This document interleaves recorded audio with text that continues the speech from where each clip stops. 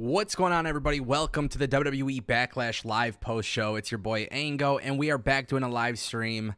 Wow, WWE Backlash was absolutely awesome. I'm not going to sit here and act like the show had the best build, right? Obviously, some stories had some good builds and stuff like that, but Puerto Rico definitely showed out. Hopefully, everybody's having a good night. We're going to talk about it live on YouTube. We're going to have a lot of fun tonight because WWE Backlash was a fun show, and I feel like there's a lot to be said about it. I feel like WWE doing these international shows is definitely best for business, and you know, it was cool. We got some surprises. It definitely had a lot of logic to the show. So we're definitely going to talk about it. I'm going to break down some of my favorite things, some of the things that maybe I would have done differently or things I didn't like. But nonetheless, we're going to have a little bit of fun. If you guys want to drop a super chat or donate or anything like that, you guys can click on the super chat button. You guys can become a member on the channel. We got the VIP Discord server, which, by the way, we polished the Discord server quite a bit with some bots and everything like that. So it definitely helps out with the moderation standpoint of things. And then, of course, within the Discord server, we have the VIP section. So if you're a member on the channel and you're not currently taking advantage of that, make sure you guys check it out. Shout out to Justin Kennington and Cedric. Both of those guys are VIP members on the channel. They're also taking advantage of the VIP Discord. With that being said, guys, obviously the big shocker tonight was Cody Rhodes. Cody Rhodes defeated Brock Lesnar tonight, and I feel like everything I fantasy booked today is probably going to happen at another time, which I actually think it would make a lot of sense. And we'll talk about that in just a little bit. Shout out to Lloyd Ingram. He says, Ango, what was your favorite match of the night? Guys, my favorite match of the night was Bad Bunny versus Damian Priest. And yeah. In regards to Discord, if you guys are wondering perhaps why you were potentially banned from Discord, we have a set of rules. If you break the rules, you do get banned from the Discord. This is why we take moderation very seriously on there. I see a couple people mention it on the chat. And nonetheless, we're gonna have fun tonight because yes, my favorite match tonight was Bad Bunny versus Damian Priest. I did a little video on that. We saw the return of Carlito, and that was really, really cool to see happen. We also saw Savio Vega. He was there in two different segments with WWE, and I just thought that was really cool as well. And then, of course, tonight, you know, honestly, WWE, the one thing that they never really did well with back in the day was, like, if you were like a hometown hero, WWE would have you lose, and they wouldn't do anything about it. They wouldn't do anything to celebrate it. And I just really love to see how WWE, you know, really, they honored Zelina Vega. She lost to Rhea Ripley. That was really cool. We saw WWE do the same thing, obviously, with Bad Bunny and the LWO. That was just really cool how they really made that a beautiful moment. And then, you know, the thing is, I think, like, a perfect example, Bianca Belair and Io Sky, like, such an incredible, fun match. But the MVP of tonight's episode of Backlash really is the crowd. The crowd in Puerto Rico was outstanding, and I just feel like it was great. I mean, we had Omos versus Seth Rollins. I thoroughly enjoyed that match. I thought that match was fun. But also, can I be honest with you guys? Like, if I'm gonna really be transparent here, I think the best part about Backlash tonight was that there was so much logic applied to the show. There was so much logic. The people who lost their matches, like a very good example is Bronson Reed and Lashley. They lost to Austin Theory, but it was done in such a creative way. Everybody looked good. And like, this was a pay-per-view. Like, we didn't get title changes. We didn't get any there was no title changes, right? And I thought for sure we could have potentially saw some title changes. We didn't get that. This was very much a B-level pay-per-view, but the energy and the atmosphere itself really made the show just feel so awesome. And I would really love to see WWE go ahead and, truthfully, I would like to see them do Puerto Rico once a year, at the very minimum. Like, if they want to do Backlash every year, I would be totally cool with that. Backlash at Puerto Rico, I think this was so incredibly fun. But it just goes back to my thing. Like, a lot of people who lost their matches tonight walked out looking great. And it was done logically. And we'll talk a little bit more deeper dive with Cody Rhodes and Brock Lesnar. But everything really felt polished. And this felt like a Triple H pay-per-view, honestly. And the pacing was good. The show started at 8 o'clock. It ended at 11. 3-hour pay-per-views. It feels good. There was a lot of easy stuff to digest. No matches really dragged on. And then I think what was really cool about that was the fact that while I was watching the show, yes, it's a predictable card, obviously, because we have new champions from WrestleMania and stuff. But like we can tell, like, some of the people are being pushed. But at the same time, too, while I was watching the show, I couldn't help but think that WWE has some serious concrete plans for a lot of people involved. And I think that is such a cool thing, because with WWE, the big complaint, especially with Vince coming back and Endeavor, is like, will WWE fall off with their long-term planning? It is very evident by watching this show that WWE has plans. Cody beating Brock Lesnar is a perfect example of that. Cody versus Brock, they need to run that one back. They have to. With the way it ended, with the blood and everything with Brock Lesnar, Cody Rhodes stole a win. And a lot of people, and this is why I don't really engage with the trolls anymore. I used to, right? Because the trolls think they're, like, funny. But the thing about WWE right now is that, like, Cody Rhodes losing to Brock Lesnar would have generated a really negative reaction. And my fantasy booking was, hey, WWE should have Cody Rhodes lose. Like, I would book it where Cody Rhodes loses, he gets injured, he's medically disqualified from the World Heavyweight Championship title series, like that tournament. But then as I'm watching the show and I see Cody Rhodes win, it's very clear that Cody and Brock are going to run it back. I think at some point Brock is going to unleash hell on Cody Rhodes.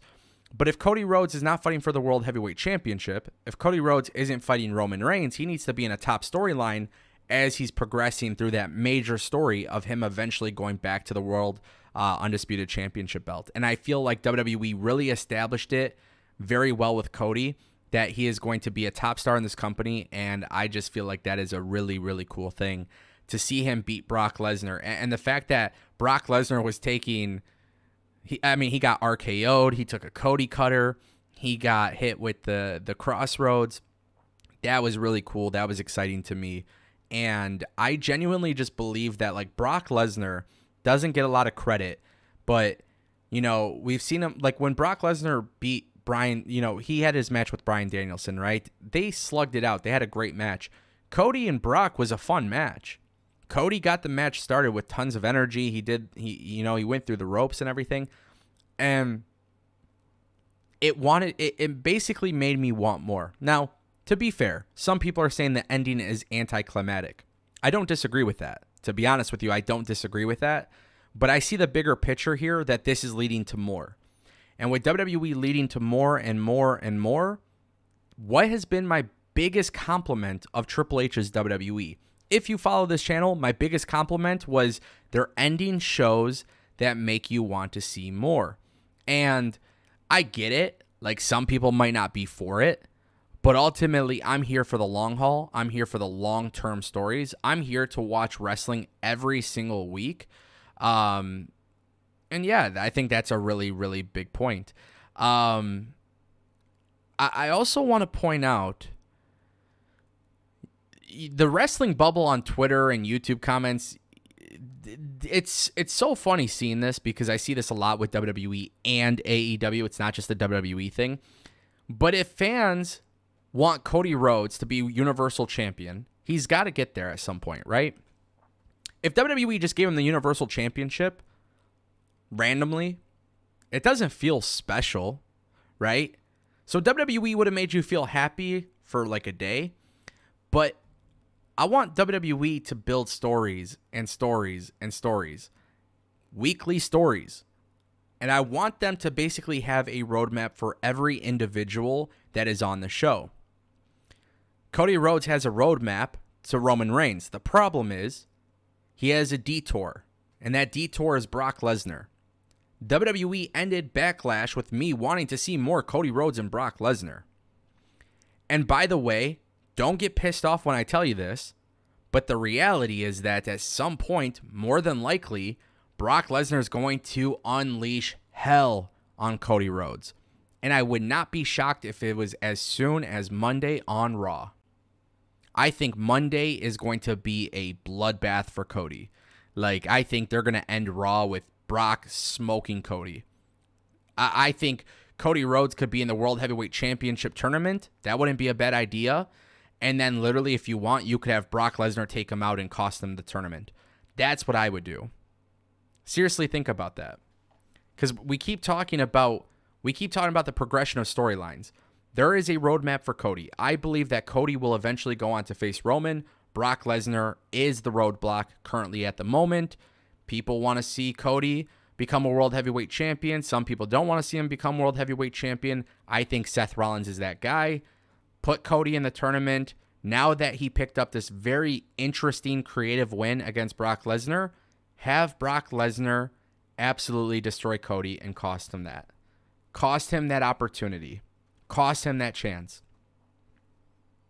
Because again, the idea is to get people watching on a week-to-week basis with interest, high-level interest. So let me repeat this for you, okay? I'm going to repeat this for you. Make sure you guys are hearing me very clearly. Cody Rhodes has a roadmap to Roman Reigns, and this is going to be a long journey. So what WWE needs to do is create stories for Cody Rhodes that will prevent him to get to the top. Brock Lesnar just lost to Cody Rhodes at Backlash, okay? Now that he lost to Cody Rhodes at Backlash, why not put Cody Rhodes in the World Heavyweight Championship tournament and then have Brock Lesnar take him out? Brock Lesnar taking him out continues to prolong the story. At this point, Brock has a very good reason to do so. He just got bloodied up at Backlash. Cody Rhodes just stole a win from him. Yes, it might have been an anticlimactic finish, but WWE is clearly going to continue the story, and you need something for Cody Rhodes to do in the meantime until he eventually takes the belt off Roman Reigns. And the solution isn't giving him the World Heavyweight Championship belt. The solution is having Cody Rhodes battle Brock Lesnar. Let's draw this out for the summer. And I'm okay with that. I'm definitely okay with that. And actually having Brock take Cody out of the World Heavyweight Championship is actually a really good idea because it's all justifiable based on what happened at Backlash. I think this was a really fun show, but now I'm ready to see what's next. Okay? I'm going to be taking a look at some of the stuff in the chat. Let's see what people are saying. Nate says, while Ango is praising Cody and Brock, I'm sure there's Twitter geeks that are complaining for sure. Yeah, I mean, definitely. There's people complaining. Because, again, if they gave Cody the belt before, people would have complained that he got the belt. They would have complained. People will always complain in wrestling. Bad Bunny and Damian Priest had a very fun match, and I saw people complaining on Twitter. This isn't wrestling. And I think people need to stop being so micro-analytical to all, like a celebrity coming in. Bad Bunny came in and had a top-notch match at a pay-per-view. The pay-per-view is basically because of him. It is cool to see stuff like that. In my opinion, it is. I think it's cool. Now, some people might not like it, and that's fine. But if you don't like it, just don't watch it. But the problem is, I think a lot of people really don't understand that WWE is creating television. The money is in television deals. Okay? You cannot get people to watch TV, and you cannot get people to be engaged with your show if you're just giving them everything they want right now. This is not a difficult concept to understand. WWE is in the television rights business. Their job is to get people to watch television and be engaged with their product. If they're building micro stories and just constantly giving you everything you want every single week without building something properly, I don't think that helps their business. So I think WWE, in the next year, you're going to see a lot of long-term storylines. You're going to see the fall of the Bloodline. You're going to see the fall of Roman Reigns. You're going to see the rise of Cody Rhodes. And you're going to see the Rey Mysterio and Dominic Mysterio stuff. And then What WWE needs to do is continue to implement that same method across the board. And not every story has to be an incredibly long, drawn-out story, but you can't just say, let's make this happen in 1 week because the crowd reaction was good. You know what I'm saying? I think you got to do more, and you got to do it on a week-to-week basis. And I think some people don't realize how hard it is to actually do weekly storylines and weekly television, but WWE and AEW have to do it, and they have to keep people engaged. So the best way to do that is by having people watch the show, and most importantly, you got to give them the stories that are worth watching. So if somebody's constantly getting rejected on TV, it's WWE's job to make them feel special and to make them feel like they are worthy of being on TV. Shout out to Justin Kennington, level 2 member for 8 months. He says, I hope Carlito comes back to WWE and wrestles. I want Seth versus AJ at Night of Champions. Yeah, I definitely agree. I think Seth versus AJ would be really fun. I think that would be really cool. I would totally be up for that for sure. Let's see. There's more stuff. Guys, don't forget, if you guys want to get in your super chats, feel free to drop them. Cedric said it best. He's like, you got to talk about Jey Uso and Solo. This 6-man tag match was awesome, man. One of the things I didn't like tonight, and it's just me on a personal level watching the show, I feel like ever since Riddle got involved with the storyline, I feel like while it makes sense and it's logical, it's just not necessarily my cup of tea. It's not something I necessarily like care about too much. But I see what's going on with Jey Uso and Solo Sikoa. And we're talking about long-term stories, guys. We're talking about layers and layers and layers. And I did not expect the match to end that way, but more importantly, I did not expect to see Solo Sikoa become this close to turning on his brothers. That's cool. Like, to me, that is really cool. I think that's really awesome to see happen. And most importantly, I just want to see more of it. And it falls in line with what I'm saying. You got to do television every single week and give something to the people that are excited to see the progression of a storyline, and WWE did that tonight at Backlash. I think SmackDown is going to be very must-see. Now I have to watch SmackDown. Austin Theory retained his championship. The Bloodline still have their issues. I have to watch SmackDown. Rhea Ripley, who's going to be the next person to feud with her? She's on Raw, but she holds the SmackDown Women's Championship. So who's going to feud with Rhea? Who's going to feud with Bianca? Are we going to get new women's titles? These are things that I'm thinking about now. I have to watch Raw because, I mean, look at what WWE did tonight with Cody and Brock. So again, we can sit here and complain on Twitter about every little thing just to maybe get some engagement or troll people. But the idea that I think WWE and AEW as well, WWE and AEW are starting to create television where it's like, I got to see what happens next. That's the big thing. And WWE and AEW have to get really good at explaining things. I talked about it on Twitter. I am not in a situation, me and JD, we had a little tweet about it. Me and JD of the world, right? JD from New York, like the guys like us, content creators, we shouldn't have to be narrating WWE storylines, right? We shouldn't have to be finding the logic in storylines.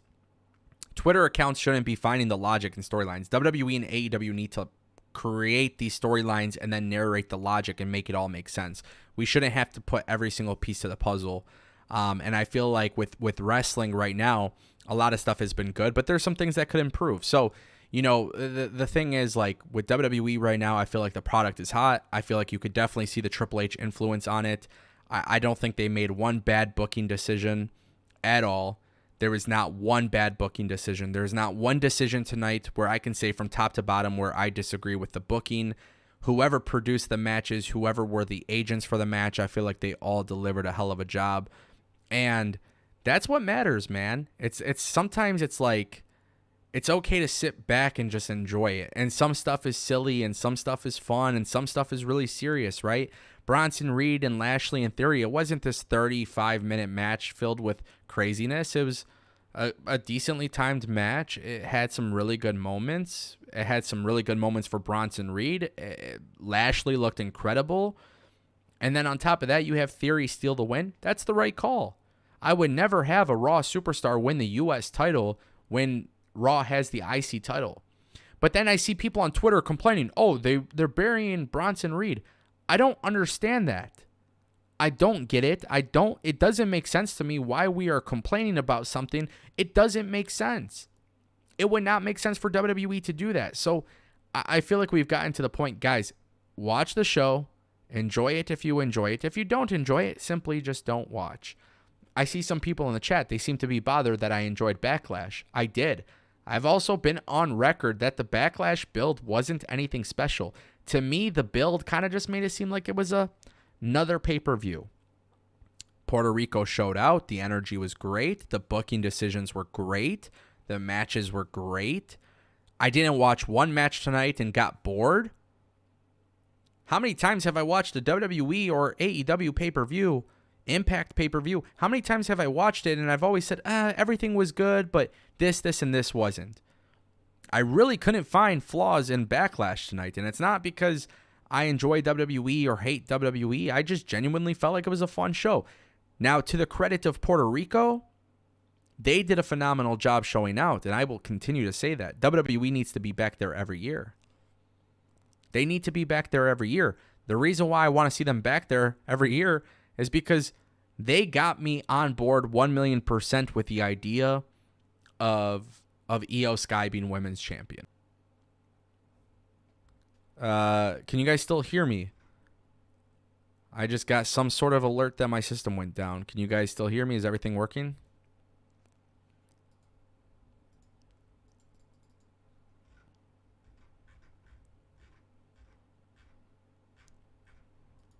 Okay, cool. Thank you guys. I appreciate that. But yeah, I mean, I just feel like everything has been solid in terms of the booking, the logic, and everything. That was great. I couldn't find one thing where I was like, I didn't like that. The only thing I would have done is I get why Matt Riddle is in the feud and the storyline and stuff, but Matt Riddle just doesn't do it for me. It's not a personal thing.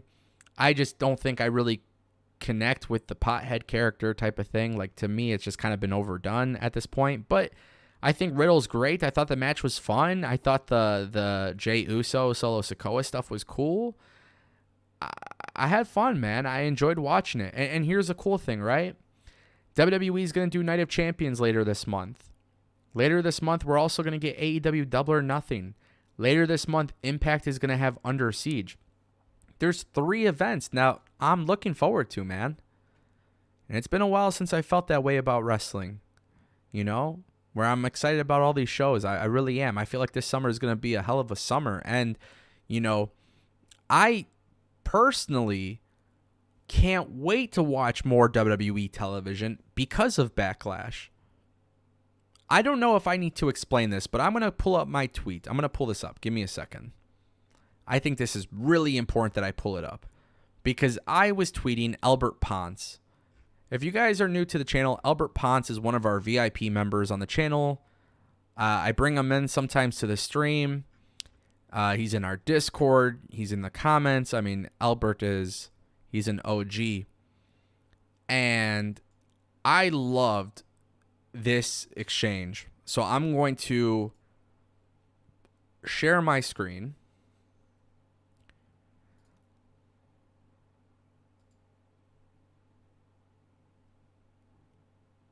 Okay, that's not working. So I'll just read it to you guys. So in regards to Io Sky. So I put out a tweet. I said, Io Sky loses, walks out with the loss, but is the real winner. Another layer of Bayley holding her back and Damage Control breaking up. Now WWE must do the right thing and have Io Sky as champion this summer.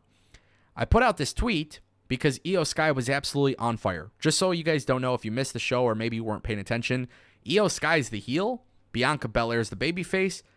They pretty much had to swap roles based on Io Sky's reaction. Like, Bianca kind of started off as a heel at some point in the match just because it's almost like she had to call an audible because of the crowd reaction. After Io Sky lost, for those who missed it, Bayley, Dakota Kai got involved. Their shenanigans essentially led to the finish where Io Sky gets pinned. Michael Cole says on commentary, he says Bayley is holding her back. Something like that, right? So I put out this tweet, Albert Ponce, VIP member. I love this conversation. I thought this was great. Me and Albert always have great talks. He says, double swerve Dakota pretends to side with Bayley, then her and Io jump Bayley out of the group and get rid of the dead weight. Dakota and Io deserve a true run as tag champs. Now, I don't disagree that they deserve a true run as tag champs, but WWE has new women's tag teams. Let's move on from them. And I said, flip it. Dakota Kai sides with Bayley. When she turned on Tegan Nox at NXT TakeOver, the place erupted. So let's have WWE recreate that magic. So my proposition is WWE obviously can have Io Sky as a women's champion. Let's go into it.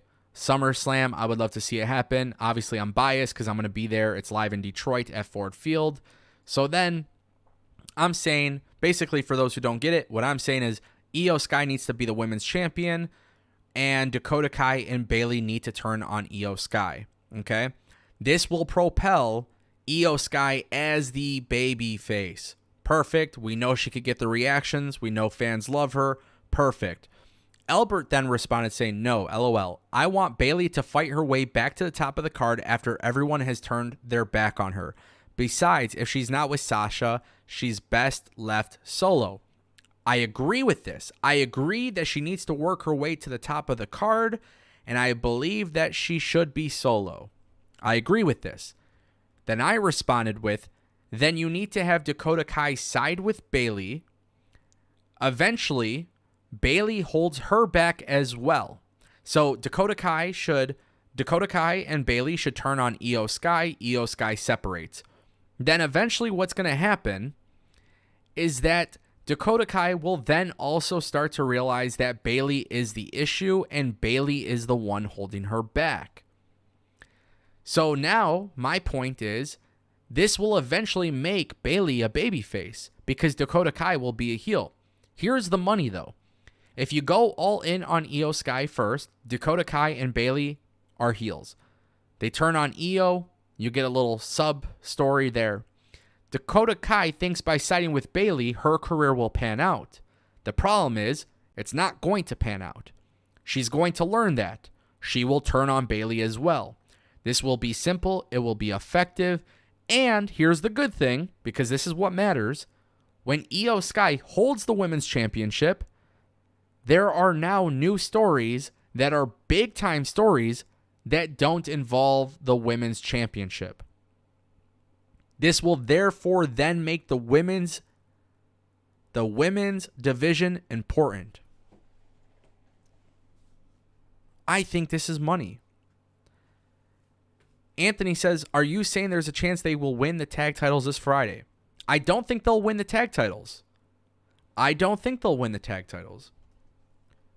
The reason why I don't think Dakota Kai and Bayley are going to win the tag titles is because I truly believe that Io Sky needs to break away and Dakota Kai needs to break away and Bayley keeps holding them back. I think if you have Dakota Kai and Bayley turn on Io Sky to eventually have Dakota Kai thinking she made the right choice, right? Oh, she showed her loyalty to Bayley. She thought her career was going to pan out. And then it actually turns out that it never pans out because Bayley's the issue. Then it further incentivizes Dakota Kai to then turn on Bayley. Bayley's the issue. And in the meantime, Io Sky benefits from it because at this point, she'll be World Women's Champion. Dakota Kai thought she made the right choice. She didn't. She wants the same things. They're jealous now. She becomes jealous of Io and what she's getting. She sees that Bayley turned on her. So what does she do? She then turns on Bayley. I think Bayley and Dakota Kai have to lose the Women's Tag Team Championship belt. I think they have to lose. I think Raquel and Liv should, I think they need to retain. And then I think you should start the Alba Fire and Isla Dawn storyline with Raquel and Liv Morgan. Plus, it makes sense because everybody gets the benefit from it. It's an important storyline.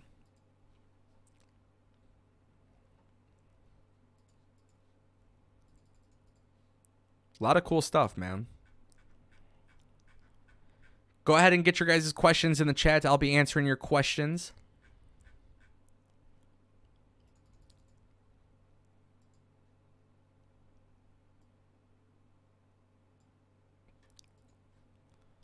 Taking a look at the chat.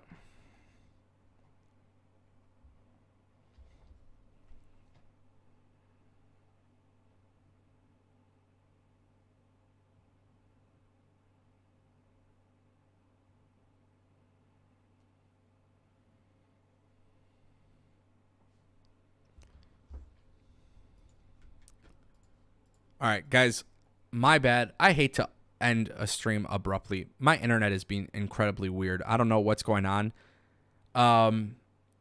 For those who don't know, I basically had my whole computer reset. A lot of things aren't working for some reason. I'm not sure why. I'm having a lot of issues with this. So I'm just going to call it a night. I'm going to try to fix this before I go live on Monday.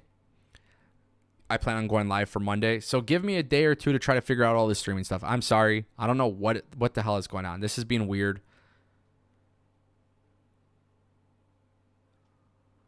What is going on? I'm having so many issues, man. Okay. I'm getting bitrate issues. I'm getting a whole bunch of stuff. When I reset my computer, I lost all my files. Everything's having issues.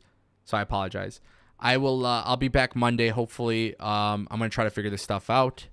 But with that being said, I do appreciate you guys spending at least 30 minutes of your night with me. I enjoyed Backlash. If you guys can hear this, I don't even know if you guys can hear this or if it's lagging or not. But if you guys can hear this, thank you guys for stopping by. And I'll see you guys soon.